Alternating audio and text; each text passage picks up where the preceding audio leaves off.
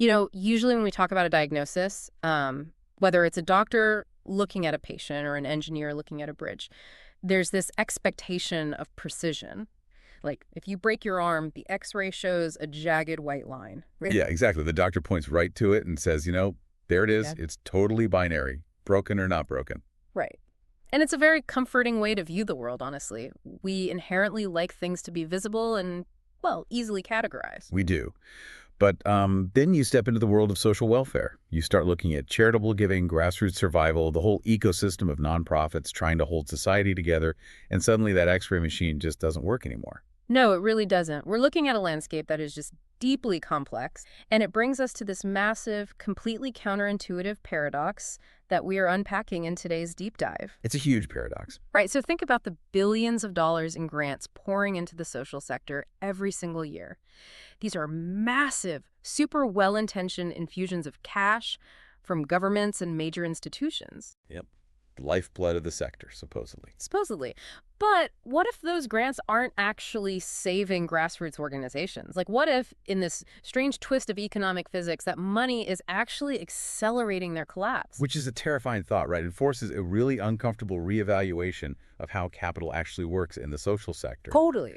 We really have to ask if these massive institutional grants are a life-saving elixir, or if they act as a kind of gentle poison that quietly, almost invisibly, strangles a charity's ability to survive on its own 2 feet. Gentle poison. I mean, that is such a heavy phrase. And to prove this isn't just some cynical philosophical theory we dreamed up, we are going right to the data today. Oh yeah, we have the receipts. We do. 3 top economists, James Andreoni, A. Abigail Payne, and Sarah Smith, actually got their hands on an unprecedented trove of financial records to track this exact phenomenon. All right, they published this truly monumental paper in 2013 with the National Bureau of Economic Research, the NBER.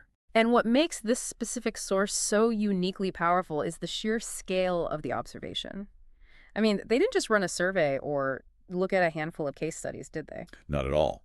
They used massive, just sea levels of data from the UK National Lottery to answer a question that has plagued economists for, over a century. Which is what exactly? Does giving a charity a government grant crowd out their other income? Like, if the state gives a local shelter $1, do the private donors in that community suddenly decide to, keep their dollars in their pockets? Right. And for you listening right now, if you've ever donated $50 to a massive global NGO because it felt safe, or if you consistently throw a few coins in the bucket for the local church food drive, this data is going to completely change how you view your impact. It really will.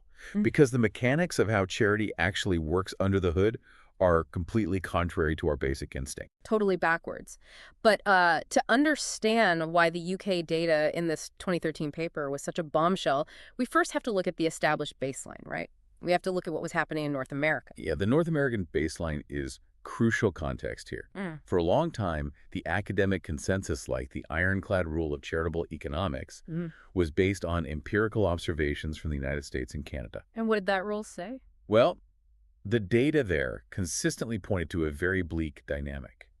Research showed that when a government increased its funding to a charity, private donations to that specific charity plummeted. Just completely fell off a cliff. Exactly. Economists observed what they called a near-total crowd-out effect. Okay, so if I'm looking at that data, my immediate assumption is that human beings are just fundamentally calculating. Like, if the donors are retreating, the logical conclusion is that the donors see the government step in, right? Right, that's the natural thought. They read a headline about their local animal shelter getting a massive state grant, and they do this sort of mental accounting. They think, well, my tax dollars just paid for the new dog kennel, so the problem is solved. I don't need to write my annual $50 check anymore. Is that what's happening? Are the donors just checking out? See, that was the dominant assumption for decades. Yeah. It dates back to economists like Bergstrom, Bloom, and Varian in the 1980s. They proposed this classic crowd-out theory, which assumed donors only care about the total level of the public good. So they treat donors as these hyper-rational economic actors? Exactly. If the goal is 50 beds in a homeless shelter and the government buys the 50 beds, the donor sees the goal is met and retreats. Makes sense on paper. It does. But what Andreoni and Payne discovered in their earlier research on the North American model is a completely different mechanism, the private money evaporating. It actually isn't the donor's fault at all. Wait, what? If the donors aren't the ones initiating the retreat, the only other variable in the equation is the charity itself. But, like, why would a charity turn away money? Well, they don't actively turn it away. They simply stop hustling for it. Oh. Yeah. The data shows that when North American charities receive these large government grants, they experience a sort of organizational lethargy. We can call it fundraising paralysis. Fundraising paralysis. Right. They get the massive government check, they breathe this massive sigh of relief because the immediate existential threat is gone, and they essentially lay flat. Lay flat. You mean they just stop operating entirely? No, not their core services, but their fundraising operations. They drastically reduce their internal efforts to ask the public for money. Oh, wow. I mean, think about what grassroots fundraising actually requires. It is exhausting, relentless work. Oh, yeah. It's organizing gala dinners, constantly updating mailing lists, managing volunteers to make phone calls. Exactly, and dealing with the constant rejection of asking people for money. When a charity gets a reliable, multi-year grant from the government, the incentive to do all that exhausting grassroots work just vanishes. So they just stop trying. Yeah, they reallocate their staff, they fire the external fundraising consultants, they stop sending out the monthly newsletters. Oh, man, that completely shifts the paradigm. The private money isn't fleeing because the donors suddenly stopped caring about the animal shelter or the food bank. No. The private money evaporates because the charity simply stopped asking for it. The charity broke the connection. Yes.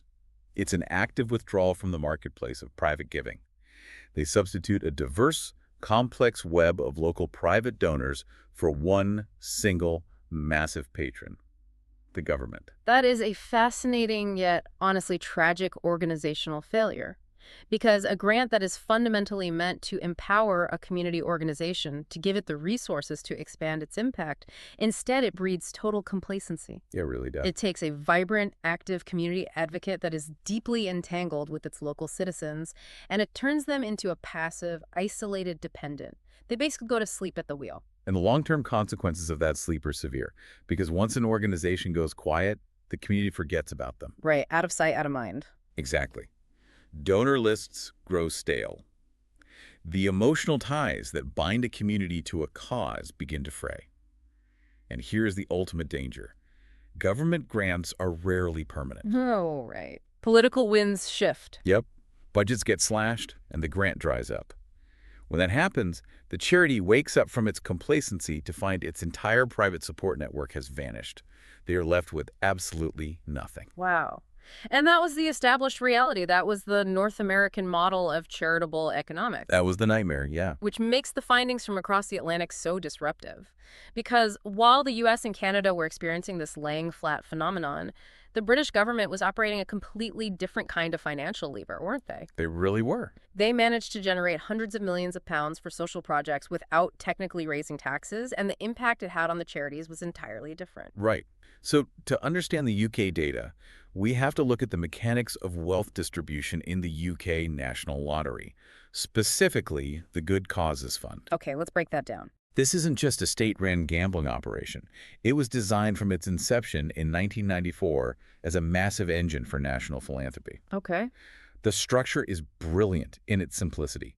For every single pound a person spends on a lottery ticket, exactly 28 pence is legally siphoned off and directed to a central fund for good causes. Wait, 28% of gross revenue goes straight to social projects. Yep, exactly 28%. That is a staggering slice of the pie. I mean, if you compare that to corporate philanthropy, where companies brag about donating like 1% of their profits, 28% of top-line revenue is a tidal wave of capital. It is an enormous amount of liquidity. Now, that 28 pence is divided among various sectors, sports, arts, national heritage. But a crucial slice, exactly 4.7 pence from every pound, went to something called the Community Fund. And the Community Fund was just for charities. Yes. Dedicated entirely to charitable organizations. And to give you a sense of the sheer scale we are talking about here, the researchers focused on a specific window of time, between 2002 and 2005. Okay, just 3 years. Right. During those 3 years, the Community Fund held just 11 major committee meetings to allocate capital. In those 11 meetings, they pumped £456.4 million into over 5,000 large charity projects. Wow. I want to pause on the psychology of that mechanism for a second because it's An invisible extraction of wealth. It is. You have millions of people walking into corner stores, buying a quick lottery ticket on a Friday night, and essentially dropping pocket change like literal pennies into a bucket. Nobody feels the pain of a tax hike. Right. Nobody is protesting in the streets about buying a lottery ticket. Exactly. But through this highly centralized mechanism, those invisible pennies are consolidated into almost £500 million and blasted out to the social sector in just a few years. It completely bypasses the deeply unpopular and politically fraught mechanism of raising income taxes. It's a frictionless extraction of capital for social good. And crucially, it's administered by a non-departmental public body. Meaning it's not run by politicians? Right. This creates a degree of separation from day-to-day partisan politics. The money isn't being debated in Parliament every week. That makes a huge difference. It really does.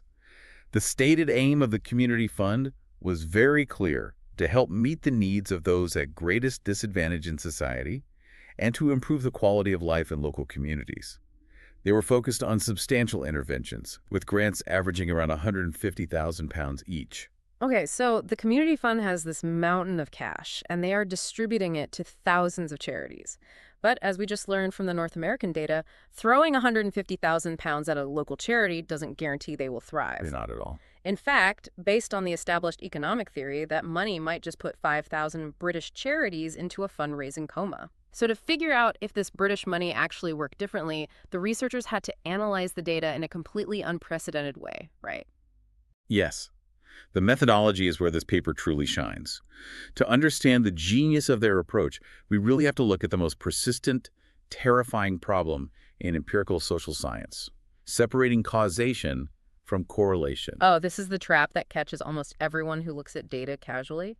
Two things happen at the same time, and we instantly assume one caused the other. Precisely. Let's apply it to this scenario. Imagine you take a spreadsheet of all the charities that received a £150,000 lottery grant, Okay, got it. and you compare their long-term financial health to a spreadsheet of charities that applied but were rejected. If you see that the funded charities are doing significantly better 5 years later, what have you proven? Well, I mean, the casual observer would say you've proven the grant was a massive success, but if I'm playing devil's advocate, I'd look at that and say, well, of course they're doing better. Exactly. What? Because the lottery committee isn't blindly throwing darts at a board. They are actively trying to pick the best charities. The organizations that won the grants were probably just inherently better managed, more deeply connected to their communities, and run by smarter people to begin with. You nailed it. The grant didn't make them successful. Their pre-existing success is what earned them the grant. That is the textbook definition of selection bias. The underlying quality of the charity contaminates the data. Because they were already winners. Right. If you just compare the winners to the losers, you aren't measuring the impact of the money. You are measuring the competence of the charity's management team. The researchers needed a way to isolate the exact chemical reaction of the cash itself, completely stripped of all those pre-existing variables of talent, popularity, and competence. And their solution to this problem is why economics can be so elegant. Because they didn't just throw their hands up in defeat. They found a structural loophole in how the lottery committee operated. They exploited the lottery's incredibly strict assessment protocol. You see, the community fund didn't just read a nice letter and write a check. Right. When a charity applied for a large grant, they were subjected to a grueling two-stage evaluation process that ended with a rigid 7-point scoring system.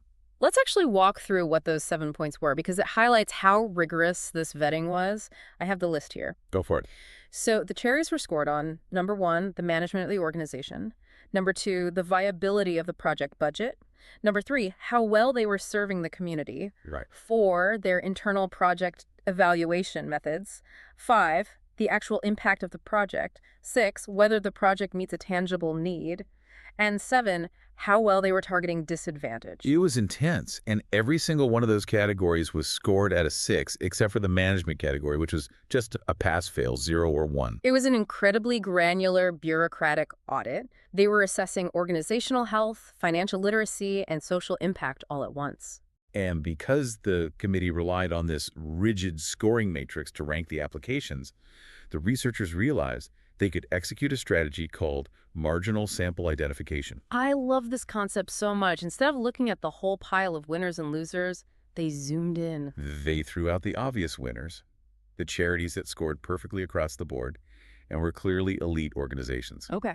And they threw out the obvious losers, the charities that were poorly run and scored terribly. They focused entirely on the marginal competition zone. The edge cases. The charities right on the bubble. Exactly. They looked at the charities that just barely passed the funding threshold during a specific committee meeting. So, like, metaphorically, if the cutoff line for funding that day was a score of 5.0. Right.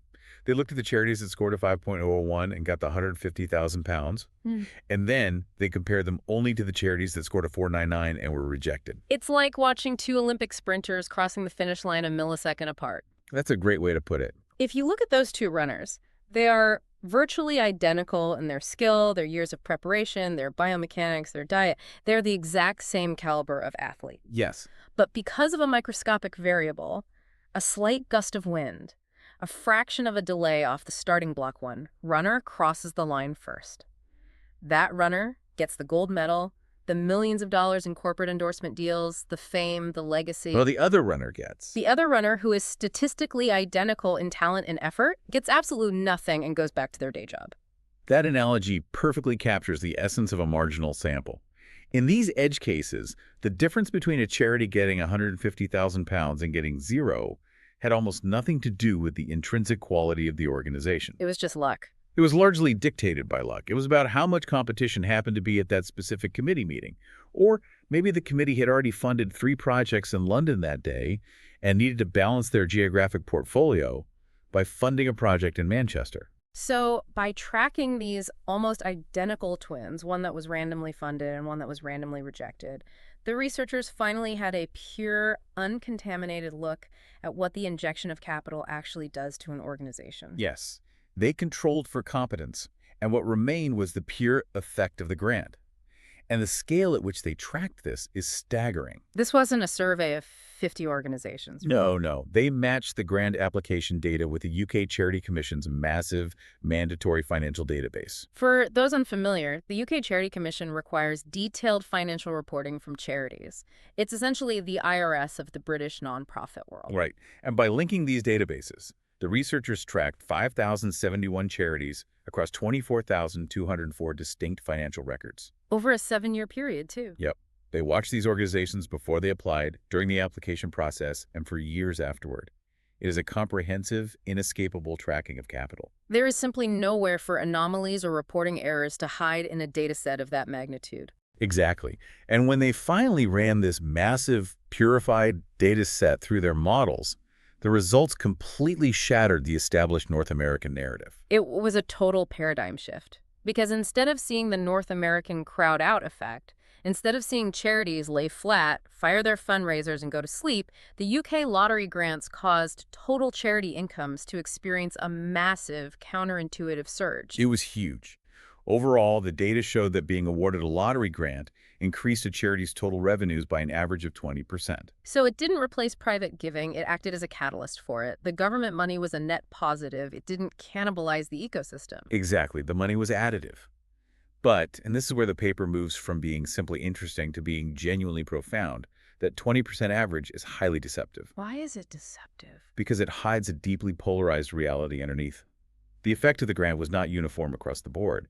In fact, it fractured violently based on one specific structural factor of the charities. Scale.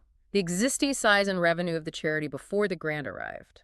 Yes, scale changes everything. And this leads us to the most anti-intuitive, mind-bending fact in the entire paper. Let's think about this logically for a second. If I take a £100,000 grant and I drop it onto a massive global NGO that already brings in $50 million a year, that grant is a rounding error. It's a drop in the bucket. Right, they might not even notice it, but if I drop that same £100,000 onto a tiny local grassroots organization operating out of a church basement, that money is completely life-changing. It should propel them into the stratosphere. That is the natural assumption. It is the logical assumption, and it is completely wrong. Completely wrong. The data reveals a dynamic that is much more complex, and for the massive charities, incredibly dangerous. Turns out the grant does empower the small organization, but it throws the giant behemoth into an absolute death spiral. Okay, we have to break this scale divide down piece by piece because it's so wild.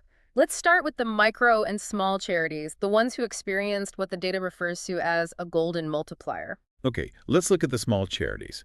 These are organizations that had an existing annual revenue of between 10,000 and 100,000 pounds. So really small, highly localized groups. Exactly. The neighborhood youth centers, the small-town environmental cleanup crews.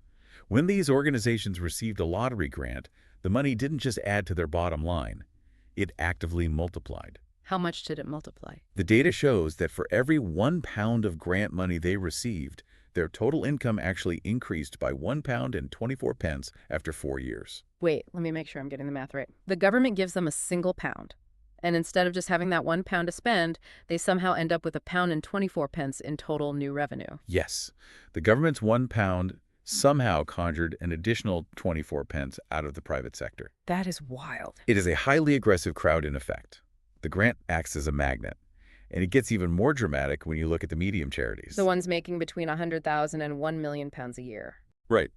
For those mid-sized groups, every 1 pound of grant money turned into a staggering 1.47 pounds in total increased income by year 4. A 1.47 times societal amplification lever.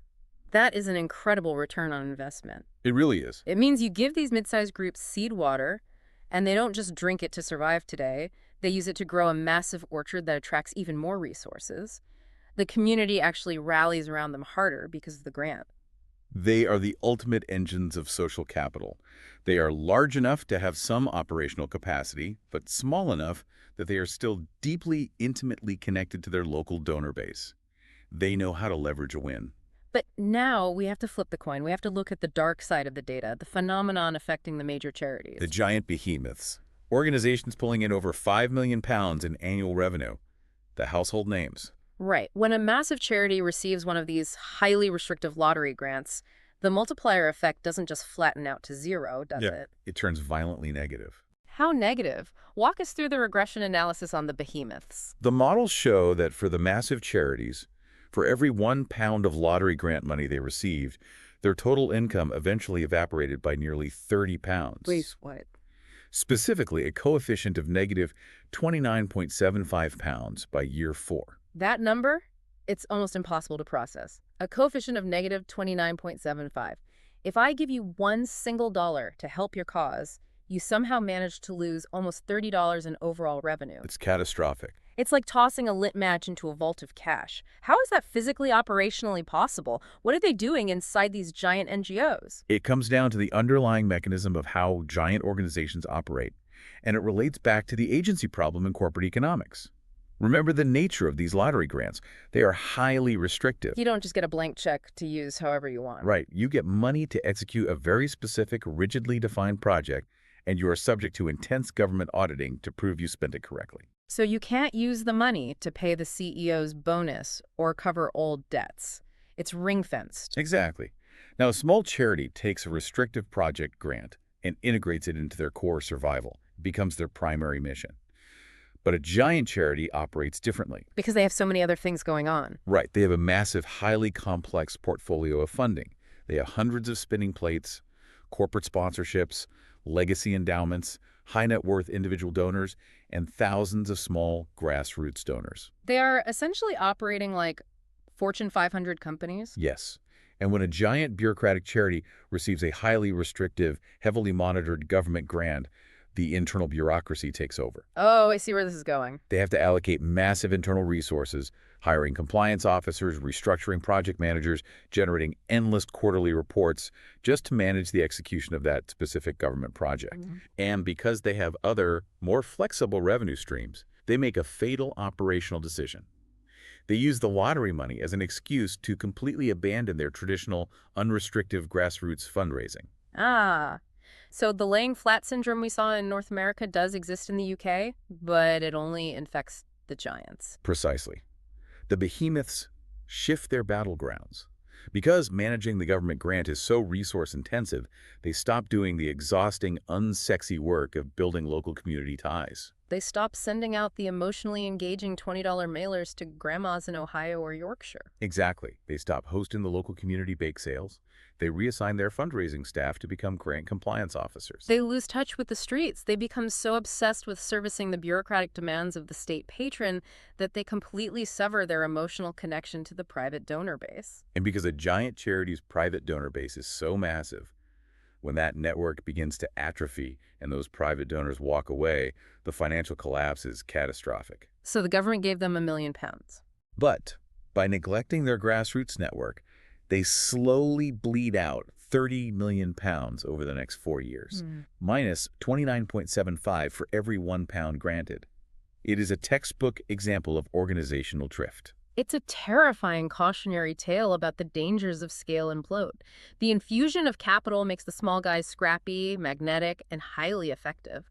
But that exact same capital makes the giant bloated, distracted, and ultimately poorer. It's a complete inversion of how we normally think about efficiency. It really is. But this brings us to another massive revelation in the paper, because up until now, we've only been talking about income. We've been tracking how much money is coming in the front door. Right, top-line revenue. But if we are looking at the overall health of the social sector, what if the greatest value of a grant isn't the new programs it helps a charity build, but the quiet, unseen deaths it prevents? This is perhaps one of the most poignant and vital findings in the entire study. The researchers understood that revenue is only one half of the equation. The other half is survival. So how did they measure survival? They applied a statistical survival analysis known as the Cox Proportional Hazards Model. Okay, let's pause and unpack the Cox Proportional Hazards Model, because that sounds like a concept from a graduate-level epidemiology class or a nuclear physics textbook. It does sound intimidating, yeah. What does it actually mean in plain applied English, and how do economists use it to measure a charity? Let's use a visual metaphor. Think of every operating charity as a tightrope walker. Every single day they open their doors, they're walking on a financial tightrope. And it's a very thin rope for most of them. Extremely thin.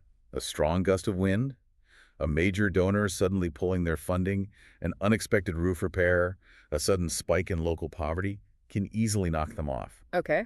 The hazard model is a way to calculate the exact mathematical probability of them falling off that tightrope over a specific period of time. In this context, falling off means dying, going completely out of business. But how do the researchers actually know when a charity dies? It's not like there's a graveyard for nonprofits. Do they just stop answering the phone? This is where the UK Charity Commission dataset is so invaluable. In the UK, if your charity's income drops below a certain threshold, or if you become insolvent, or if you are forced to merge with a larger charity just to keep the lights on, you are removed from the official register. Oh, so you cease to exist as an independent entity in the dataset. Exactly. The researchers track these deaths over the 7-year period. Okay, that makes perfect sense. So they are tracking the tightrope walkers, waiting to see who falls. What did the model show when they compared the charities that got the grant to the marginal ones that were rejected? It showed that receiving a lottery grant slashed a charity's risk of death by an incredible 26.9%. In statistical terms, the hazard ratio dropped to 0.731. That is massive. Over a quarter of the existential risk just wiped out. Yes, and this is a survival floor effect that almost all previous North American studies had completely missed. Why did they miss it? Because the earlier researchers were so intensely focused on looking at the top-line revenue, whether private donations went up or down, that they failed to measure the organizations that simply ceased to exist. Wow. Right, you can't measure the fundraising revenue of a ghost. Exactly. You just can't. It's an invisible safety net. The government grant is literally keeping the lights on, paying the heating bills, and keeping the doors open for localized organizations that would otherwise have vanished into thin air. It is the ultimate stabilizing force for those small groups.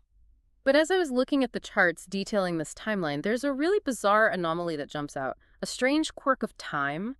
Because these lottery grants aren't permanent endowments, they are usually paid out over a strict window to maybe 3 years tops. Right, they eventually end. But the data shows that the charity's income doesn't just spike during those specific 3 years.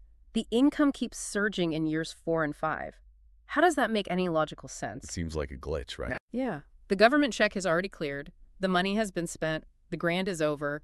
Why are they still making more money 2 years later? This anomaly is the key to understanding the true nature of what a grant accomplishes when deployed effectively. We tend to think of grants as consumer purchases, buying a set amount of food or a certain number of blankets. Like a transaction. Right. But a well-utilized grant is actually an investment in organizational capacity. Think of the grant as a defibrillator. It doesn't just buy a few extra heartbeats for a dying patient. It completely restarts the organization's heart. It gives them breathing room. Freedom from the daily panic. Exactly. Imagine running a small charity. Every day is a frantic hustle just to cover next month's rent. You had no time to plan for the future because you were entirely consumed by the present crisis. You're just putting out fires. Yes. In years 1 through 3, the lottery grant steps in and covers those terrifying fixed costs. And because the rent is paid and the core staff's salaries are secure, the charity's leadership can finally step back and focus on long-term strategy. So they aren't just spending the money on today's meals. They are using the psychological and financial breathing room to build a better kitchen. Precisely. During that 3-year window, they use the stability to build real infrastructure. They invest in better donor management software. They finally have the time to train their staff properly. I can actually plan a campaign. Exactly. They launch new, innovative outreach programs that slowly gain traction in the community. So by the time year 4 and 5 roll around, long after the lottery money is gone, that new infrastructure is fully operational. And it is pulling in private cash entirely on its own momentum. The grant didn't just pay bills. It permanently elevated the charity's operational capacity. That is brilliant. But wait, that optimistic scenario implies that the charity's leadership actually spent the money on the right kind of infrastructure, which is a huge assumption. It is a massive assumption. And that leads us to a critical distinction in the data. Because the researchers didn't just look at if a charity got money, they looked at what the charity bought with it. And it turns out how you spend the money absolutely dictates if your charity lives or dies. Yes, the data is incredibly unforgiving on this point. The researchers segmented the grants based on what the charity specifically requested the funding for. They divided into 2 broad categories: capital projects versus service projects. Define those for us. Capital projects are physical hardware, building a new headquarters, buying a fleet of vans, renovating a community center. Service projects are human-centric hiring counselors, training staff, running educational workshops. And if you are a charity director and you want to completely destroy your private donor base and drive your organization off a cliff, the data is crystal clear. Use the government grant to build a shiny new headquarters. It's what we might call the hardware squeeze. The regression models show that grants used for physical capital resulted in massive crowd-out effects. Give us the numbers on that. We are talking about a coefficient of negative 2.03, meaning for every single pound the government granted a charity to spend on a building, 2 pounds of private money vanished from their ledgers. Why? Why do private donors harbor such a deep, visceral hatred for buildings? I mean, structurally, a homeless shelter needs a roof. A youth center needs 4 walls. Why does funding a building repel private money so violently? It's purely psychological, and it speaks to the visual cues of wealth. Visual cues of wealth. Okay, explain that. When a private, everyday donor walks past their local charity and sees a dilapidated building with a leaky roof, their empathy is triggered. They understand the need. Right, they see the struggle. But when they walk past that same charity a year later and they see a shiny, newly renovated brick building with a fancy brass plaque from the National Lottery on the door, the visual signal is overwhelming. This organization is rich. Oh, wow. So the physical building creates an illusion of permanent financial security. Exactly. The donor looks at the beautiful new brickwork and thinks, well, they clearly have major institutional backing. They don't need my $50 check anymore. My money would be a drop in the ocean here. I'll go give it to the scrappy organization down the street. It's the visual equivalent of the North American laying flat syndrome. But instead of the charity laying flat, the donor sees the building, assumes the charity is set for life, and the donor lays flat. It's a tragic irony, isn't it? It really is. So if buildings are the kiss of death, what should they spend the money on? People. The human element. Conversely, the data shows that grants used for human services, program execution, and staff salaries cause huge positive crowd-in effects. What was the coefficient there? A coefficient of positive 2.23. Positive 2.23. That is remarkable. So every pound spent on training a grief counselor or expanding the hours of a soup kitchen line brings in over 2 pounds of private community money. Yes, because services are ongoing, inherently vulnerable, and deeply human. Private donors can emotionally connect to paying a counselor's salary or buying winter blankets for the homeless. Or funding an after-school art teacher. Exactly. Those are continuous, fragile needs. A donor cannot emotionally connect to drywall depreciation or commercial plumbing. Okay, so we have all these distinct data points. We have the behemoths collapsing, we have the small charities exploding, we have buildings destroying donor bases, and human services multiplying them. If we step back, how do we synthesize all of this into a unified working theory of charitable economics? We can actually turn to one of the authors of the paper themselves. James Andreoni proposed a framework back in 1998 that perfectly predicts this behavior. What's it called? It's called the seed fund theory. The core idea is that private donors, everyday citizens who give to charity, represent smart money.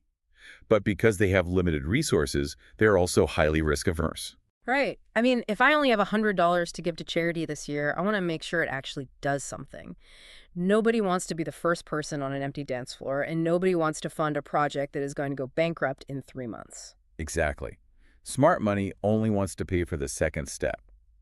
Think about the life cycle of any new community project. The hardest, scariest, most fragile part of the process is the initial fixed startup cost. Right. Signing the first commercial lease, buying the initial equipment. Yes. Proving that the concept actually works in the real world. Private donors hate funding that first step because the risk of failure is astronomically high.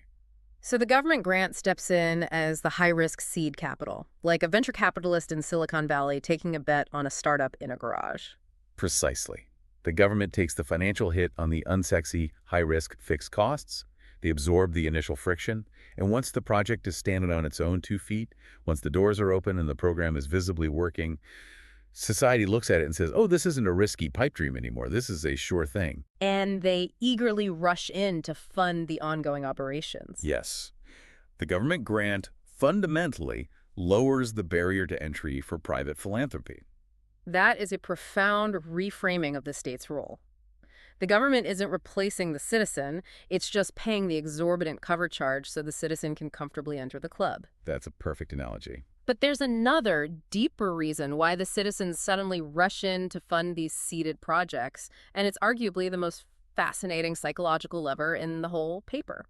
It's a concept I like to call the green pass, or the Michelin star effect. Right. This gets to the very heart of the trust deficit in the social sector, what economists call the information asymmetry problem. Let's clearly define information asymmetry for the listener because it's the invisible wall stopping millions of dollars from flowing to good causes every day.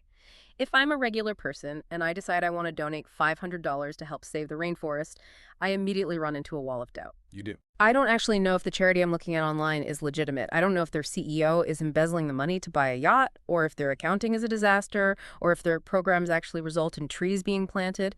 I am flying totally blind. I have significantly less information than the charity does. And that blindness, that lack of transparency, makes donors incredibly hesitant. They hold on to their money not because they don't care about the rainforest, but because they fear being scammed or wasting their hard-earned money on sheer incompetence. Right.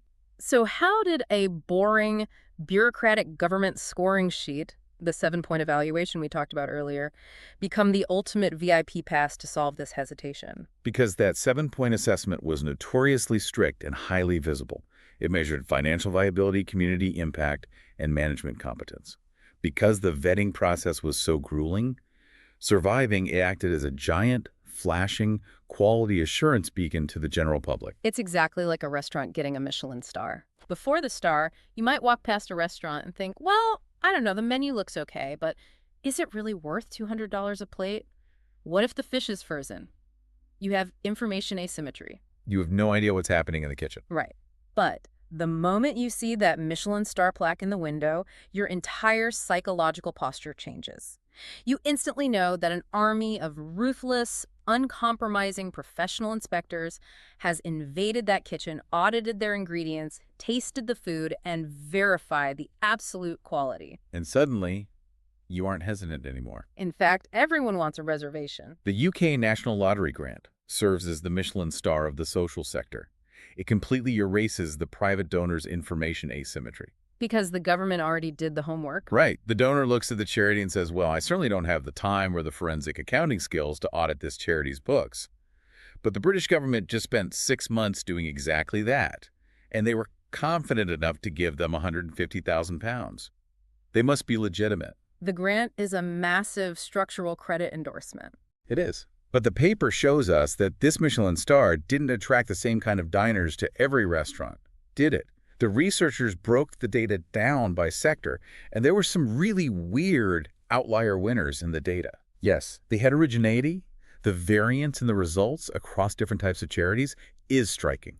If you look at mainstream general social welfare charities, your standard community centers or broad-focused nonprofits, the multiplier effect was essentially flat. Wait, really? Flat? Yeah, the grant helped them survive, absolutely, but it didn't unleash a tsunami of new private cash. But then you look at environmental charities. They saw a 2.33 times multiplier. And religious charities, a massive, mind-blowing 4.24 times multiplier. The numbers are staggering. Every single pound of government money triggered over 4 pounds of private donations for religious groups. Why did those two specific sectors explode while the mainstream charities just bumped along? If you connect this data to the sociology of how humans organize, it comes down to the underlying architecture of their social networks. Mainstream charities often have diffuse, loosely connected donor bases. Meaning they don't really talk to each other. Exactly. A person might give to a community center once a year, but they don't base their identity around it. But religious organizations and environmental advocacy groups operate on entirely different social physics. They possess incredibly deep, highly engaged, hyper-passionate social networks. They aren't just donor bases, they are tribes. Exactly. They are tribal in their dedication. But even within a dedicated tribe, there can be hesitation about funding a specific, risky new project. Give me an example. Say a church wants to build a massive new community outreach wing.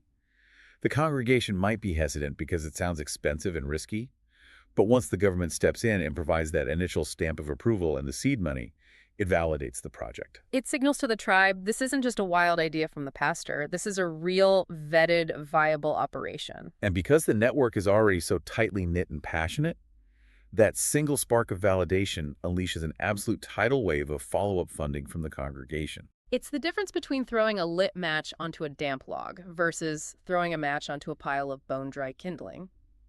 The mainstream charity is a bit damp. It burns, but it takes time and effort to catch. And the religious and environmental charities are bone-dry kindling. The government grant is the match, and the explosion of capital is instantaneous. It perfectly illustrates that money does not exist in a vacuum. Capital behaves entirely differently depending on the structure of the social network it is injected into. Okay, let's zoom all the way out. Yeah. Because we have traversed a massive, complex landscape today. We started in North America, looking at a paradigm where government grants acted as a paralyzing crutch. Causing charities to fall asleep at the wheel and sever ties with their private donors. Right. Then we crossed the Atlantic, dug into 24,000 financial records, and discovered the UK model. A model where grants act as a powerful credit endorsement, a Michelin star that triggers massive societal funding, provided you aren't a giant, bloated behemoth. The contrast is genuinely profound. At its core, this is a story about global geopolitics and the personality of capital. The personality of capital, I like that. Yeah. The U.S. model has historically relied heavily on direct, emotionally driven, decentralized charitable giving. The U.K. model, at least through the mechanism of the lottery, leverages institutional trust and highly structured contract-like vetting to act as a catalyst for society. But as I read through the conclusions of this paper, I realized there is a hidden, almost invisible macro trend happening here. This isn't just a fun academic story about how local charities balance their checkbooks. No, it's much bigger than that. It is a story about the changing nature of power itself in the 21st century. It absolutely is. We have to look at the broader historical context of the early 2000s in the UK and across the West generally.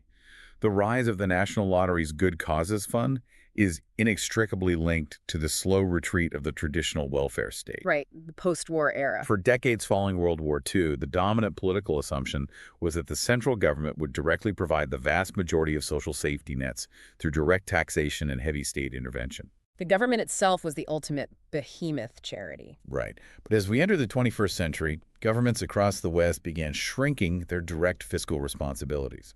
They faced increasing tax revolts from citizens, ballooning budget deficits, and ideological shifts toward privatization. So what does a state do? They can't just abandon the vulnerable entirely. That leads to societal collapse. Instead, they are quietly transferring the burden of social governance to the third sector. They're outsourcing the safety net.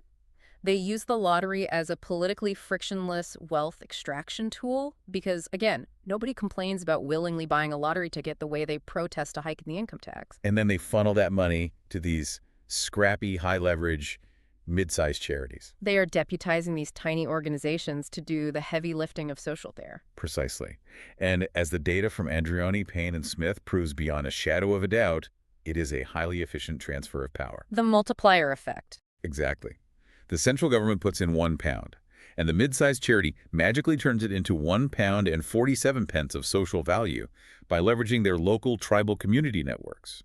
A massive, centralized government bureaucracy could never achieve that kind of multiplier on its own.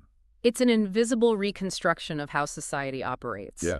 The monolithic state shrinks, and the localized, vetted, hyper-agile community charity rises to fill the void, armed with lottery seed money and a government stamp of approval. But as we've seen, this new ecosystem only works if the money is applied with absolute precision. Right. If you give the grant to a mega charity, the capital evaporates in compliance bloat. If you let them build a shiny brick building, the local donors flee.